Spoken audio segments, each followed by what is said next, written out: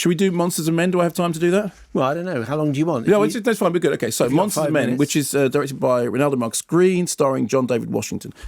So he is Dennis Williams. We first meet him driving in his car, singing along to the radio. And, African-American man in a car, stuff on the sound system, gets pulled over by a cop. He sees a cop in his rearview mirror. And there's a very tense sequence in which, he pulls up, he sees the policeman getting out of the car, he puts his hand to his side and you realise that he has a concealed weapon. The cop is surly, asks for his licence and registration. He gives it to him. The cop goes off to check and he's sitting there waiting in the car. And do we know how this scene is going to play out? Well, no, because the answer is, cop comes back and says, yeah, you're all right, go on your way. He's a cop. He's a cop, and he is, whilst driving in plain clothes, is getting pulled over. And he closes his wallet, you realise he has a police badge. And essentially, he is somebody who knows what it's like to be on both sides. He is, he's somebody who's devoted to the police force, but he's also aware of what it's like to be pulled over. In fact, later on, he asks a white colleague, how many times have you been pulled over this year? Okay, so that's kind of the film sets out its stall. In his neighbourhood in Bedford-Stuyvesant, there's a local figure who stands outside a corner store selling cigarettes to kids. One day, the police turn up and a confrontation ensues. A shot is fired. A man is dead. Manny Ortega, played by Anthony Ramos, captures the shooting on his cell phone, the video of which immediately makes him a target for the police. The officer responsible has a reputation for overstepping the mark. But our central character knows that, but he also has faith in the force. And should he, when internal affairs start asking questions, which side should he stay on? Meanwhile, there is another character played by Kelvin Harrison Jr., who is a young kid who's on the brink of getting a basketball scholarship, who has never been politically involved, but as a result of this shooting and as a result of the brutality of what's happening around it, starts to feel that he needs to become active. Here's a clip. Where do you think you're going?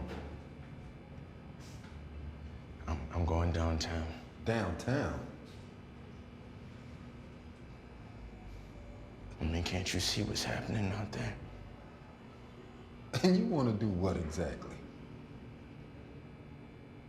I thought you'd... Thought I'd what? I thought you'd understand. This happens every day, man. You better start listening to what's going on around you. Papa, I am listening. Z? I mean, you got a hoodie on, for Christ's sake. Come on, Z. You're going out at night to some damn march on the night before the biggest day of your life, son. Work with me, man. Cities are gonna keep burning. Kids are gonna keep getting shot, and cops are gonna keep getting off. And I don't like that neither, son, but I know it's a reality, all right? But my reality right now is that you have a ticket out. What I really liked about this film is, firstly, the stylistic device is that the narrative is passed from one character to another. So we get to see a circumstance from different angles, sort of like La Ronde.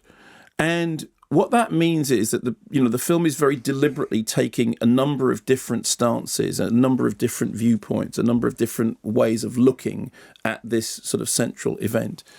And the tone of it is closer to something like Fruitvale Station than it is perhaps to Detroit, which is, basically a siege. So you saw Detroit, which is the Catherine Bigelow, which is like a sort of siege thriller. This is a film that seems to be quite deliberately attempting not to inflame but to inform, to sort of diffuse a situation. I mean, it is dealing with the ideas of racism and police brutality, and also, I mean, there's a central sequence in it in which the character played by John David Washington is with his friends and relatives, and someone says, look, this is what the police do, and you should be outraged by it. And he as a policeman says, but you've got no idea what we face on the streets every day. You don't know that every time we arrest somebody, there's a possibility that somebody's going to come at you. And he is conflicted in his responsibilities. Now, when Black Klansman was out in cinemas, I did an on stage with John David Washington, and we talked briefly about this thing about portraying that that central that central idea of that there's whole different ranges of characters within the films. At that point, he was saying it was really, really necessary to represent good cops and represent all the different aspects of this guy. And I think what this film does is that. I think what this film manages to do is to take a really charged situation and make it dramatic and make it dramatically interesting, but also approach it in a way that you feel like it's trying to diffuse the tension. It's trying to sort of take a kaleidoscopic look at something, and it's doing it in a way which I think the narrative still works.